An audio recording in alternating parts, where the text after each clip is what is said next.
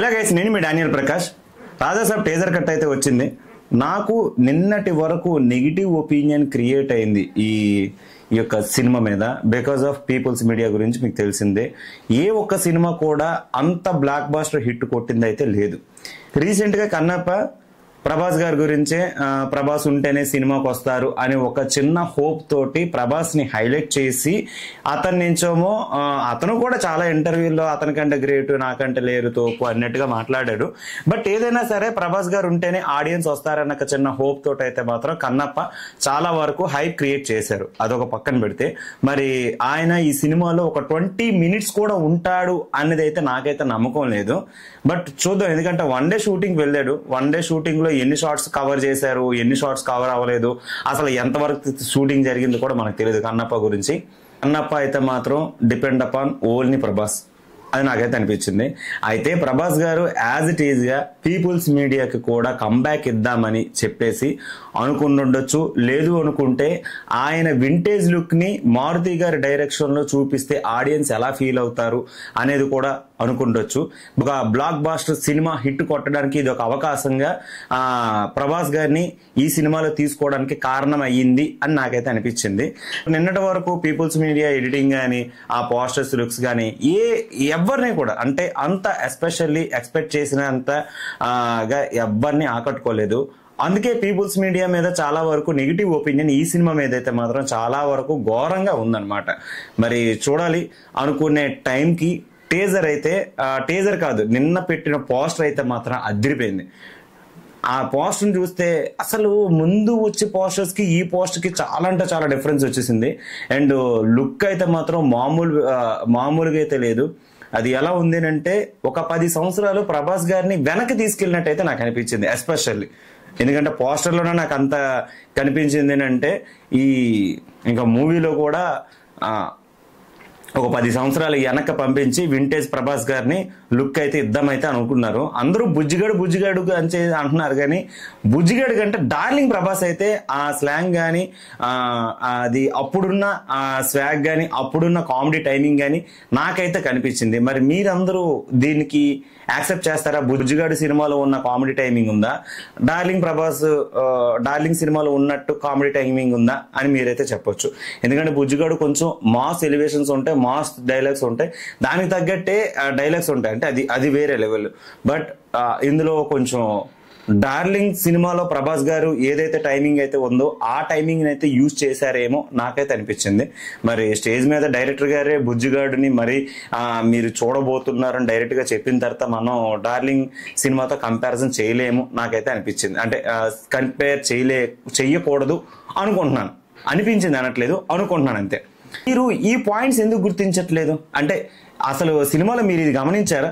ఇప్పుడు వరకు వచ్చిన సినిమాల్లో చాలా వరకు మెయిన్ మెటీరియల్ ని వాడుతున్నారు. ఆ మెయిన్ మెటీరియల్ ఎక్కడ పడితే అక్కడ, అంటే మనకి మేమ్స్ ఎలా అయిపోయాయంటే సినిమాకి కంటెంట్ ఇవ్వడానికి మేమ్స్ తయారు చేస్తున్నట్టయితే అనిపించింది.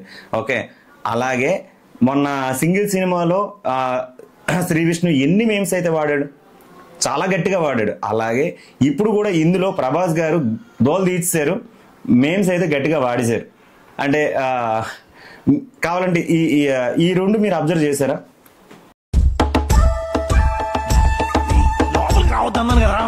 हे जगन्नाथ प्रभु, क्या हो रहा है? हे प्रभु, हे हरि राम कृष्ण जगन्नाथ प्रेमानंद, ये क्या हुआ? गलाव में पानी आ गया। दुर्गमतली कपड़े माँ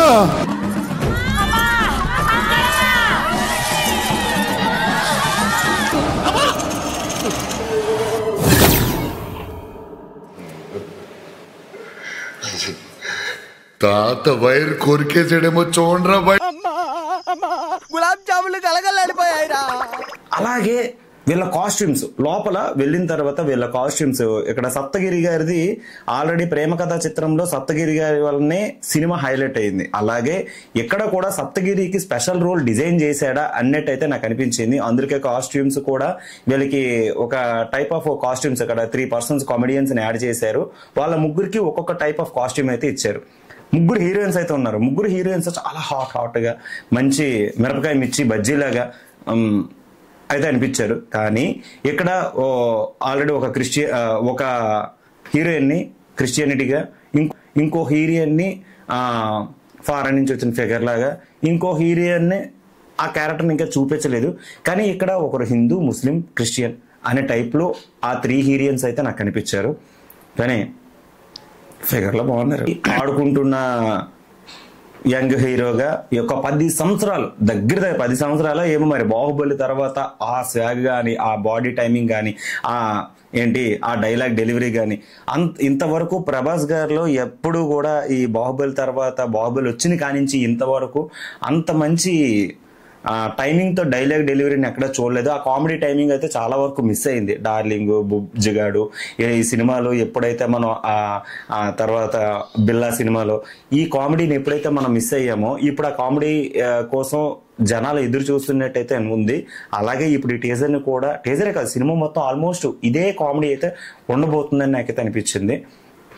దట్టు స్టోరీకి వచ్చేసరికి ఓవరాల్ స్టోరీలో సంజయ్ దత్ గారు అయితే రాజుకి ఒక చరిత్ర, ఆ చరిత్రకి కొంత క్యారెక్టర్, ఆ రాజు మంచోడా చెడ్డాడా అనేది స్టోరీ ఉంటుంది.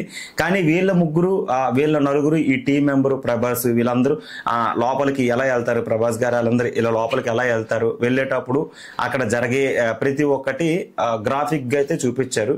ఈ గ్రాఫిక్స్ ని మనం హాలీవుడ్ తోటి, బాలీవుడ్ తోటి కంపారిజన్ చెయ్యొద్దు. ఆల్రెడీ ఏంటి అంటే బాలీవుడ్ గ్రాఫిక్స్ చాలా చండాలంలే, మన టాలీవుడ్ గ్రాఫిక్స్ బాలీవుడ్ మించిపోయింది. కానీ హాలీవుడ్ తోటి అయితే ఈ సినిమాని అయితే మనం కంపారిజన్ చేయలేం. కొన్ని విఎఫ్ఎక్స్ షాట్స్ ఎలా ఉన్నాయంటే అంత ఆర్టిఫిషియల్ గా అనిపించాయి. సినిమాలో కొన్ని షార్ట్స్ ఏది ఆ బంగ్లాలోకి వెళ్ళడం, ఆ గదిని చూపించడం, ఆ దెయ్యాలు ఇలా స్మోక్ ఎఫెక్ట్ రావడం, ఆ స్మోక్ ఎఫెక్ట్ వెళ్ళడం, తర్వాత అక్కడ ఎలిఫెంట్స్ కనిపించడం, తర్వాత గుర్రం ఓపెన్ అవ్వడం, ఇవన్నీ కొంచెం మెట్ల మీద నుంచి దిగుతున్న పిల్లిని చూపించడం, ఇవన్నీ ఆ తర్వాత సంజయ్ దత్ చైర్ మీద కూర్చోవడం, ఆ పియానో వాయించినప్పుడు ఇదంతా ఎలా ఉందంటే మొత్తం green mat, blue mat use చేసి ఆ షార్ట్స్ డిజైన్ చేసుకుని ఎడిటింగ్ చేసినట్టయితే అనిపించింది. ఓవరాల్ గా టీజర్ తో కంపారిజన్, పోస్టర్స్, ప్రివ్యూస్ వచ్చే పోస్టర్స్ కానీ అవన్నీ కంపారిజన్ చేస్తే టీజర్ అయితే మాత్రం అందరికీ ఆ థాట్ ప్రాసెస్ ని మార్చేసింది. ప్రభాస్ గారు నిలబెడతారు నాకైతే అనిపిస్తుంది. మరి ఈ సినిమాకి ఎన్ని కోట్లు కలెక్షన్స్ వస్తాయో మా ప్రభాస్ అభిమానులు కింద కామెంట్లో పెట్టుకోవాల్సిందిగా కోరుకుంటున్నాను. ఈ వీడియో మీద మీ ఒపీనియన్ ఏంటి? నిజంగా వీడియో నచ్చినట్లయితే మాత్రం కామెంటు, సబ్స్క్రైబ్, షేర్ చేయండి. Thank you.